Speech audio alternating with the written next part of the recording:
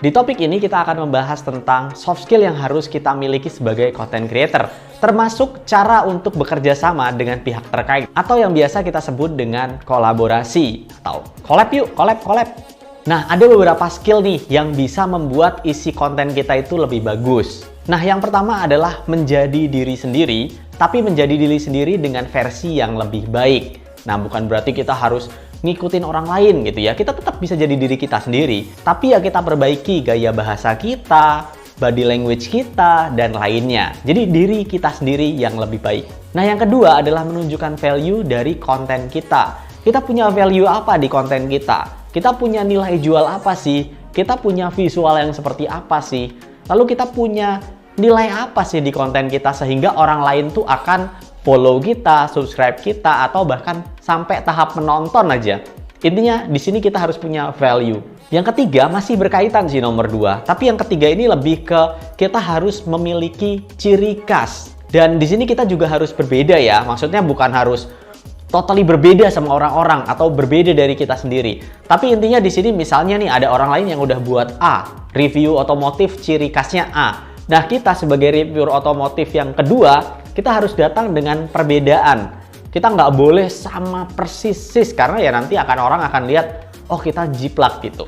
Nah, tapi kalau misalnya kita punya ciri khas, misal kita punya tagline khusus, kayak misalnya ada yang bilang, laki! Terus ada yang bilang lagi, ada juga yang gaya bahasanya kayak, hari ini aku mau masak, adikku suka sekali. Nah, intinya kita harus punya ciri khas di sini. Nah, nomor 4 ini kita harus melatih cara kita berbicara.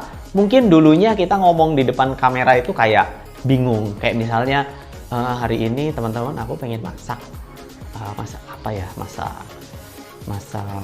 kursi kali. Nah, intinya di sini kita harus melatih gaya bahasa kita. Entah misalnya kita mau yang gayanya kayak, oke, hari ini kita akan bikin masakan. Nah, intinya kita latih gaya bicara kita. Atau kita coba untuk kasih body language yang baik juga. Kayak misalnya, oke teman-teman, di sini kita akan memasak steak. Dan steak yang akan kita masak ini adalah daging Wagyu A5.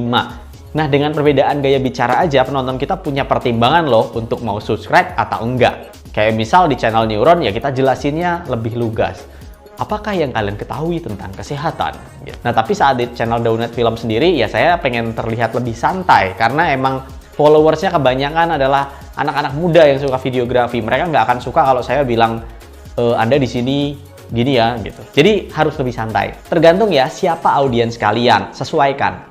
Nah, lalu soft skill yang kelima adalah kita harus bisa kolaborasi sama orang lain. Nah, di sini pertanyaannya, kenapa sih kita harus kolaborasi? Kenapa kita nggak ya udah bikin konten sendiri aja?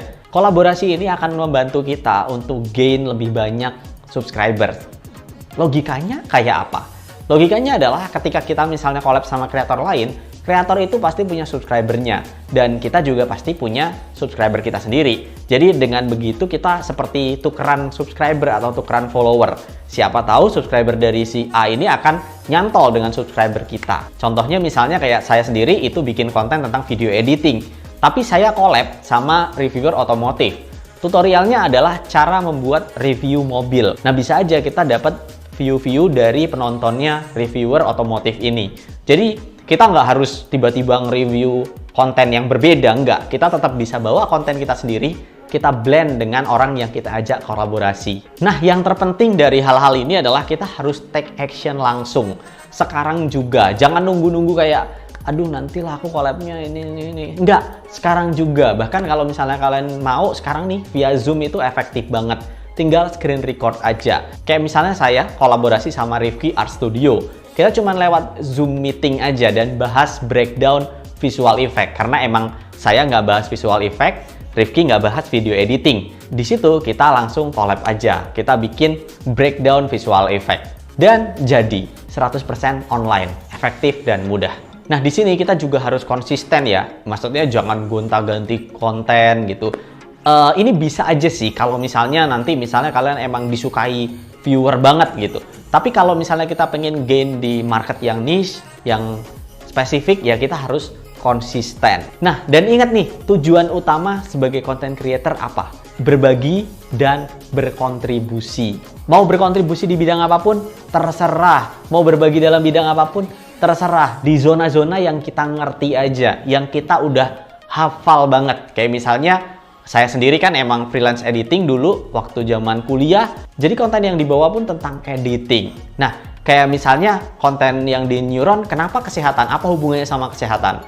Nah, waktu saya build-nya bareng teman-teman yang memang kebetulan dari jurusan kedokteran. Lalu hipotesa kenapa politik? Karena teman-teman yang saya ajak dulu emang jurusannya bidang hukum, politik, dan lain-lain. So, yang paling penting adalah kita berkontribusi aja, kita berbagi. Karena konsepnya adalah semakin banyak kita give, semakin banyak kita juga receive, semakin banyak kita menerima. Sebagai content creator, kita nggak boleh egois, cuman pengen cari duit gitu ya. Kita juga harus sambil mikirin dampak positif apa yang kita berikan kepada mungkin lingkungan kita, negara kita, atau dimanapun kita bikin konten kita. Oke, tadi kita udah bahas tentang soft skill, juga tentang kolaborasi, dan juga manfaat. Harus kita pikirin manfaat untuk output keluarnya itu apa. Dan dari situ kita juga akan mendapatkan manfaat juga. Oke, sampai ketemu di topik berikutnya.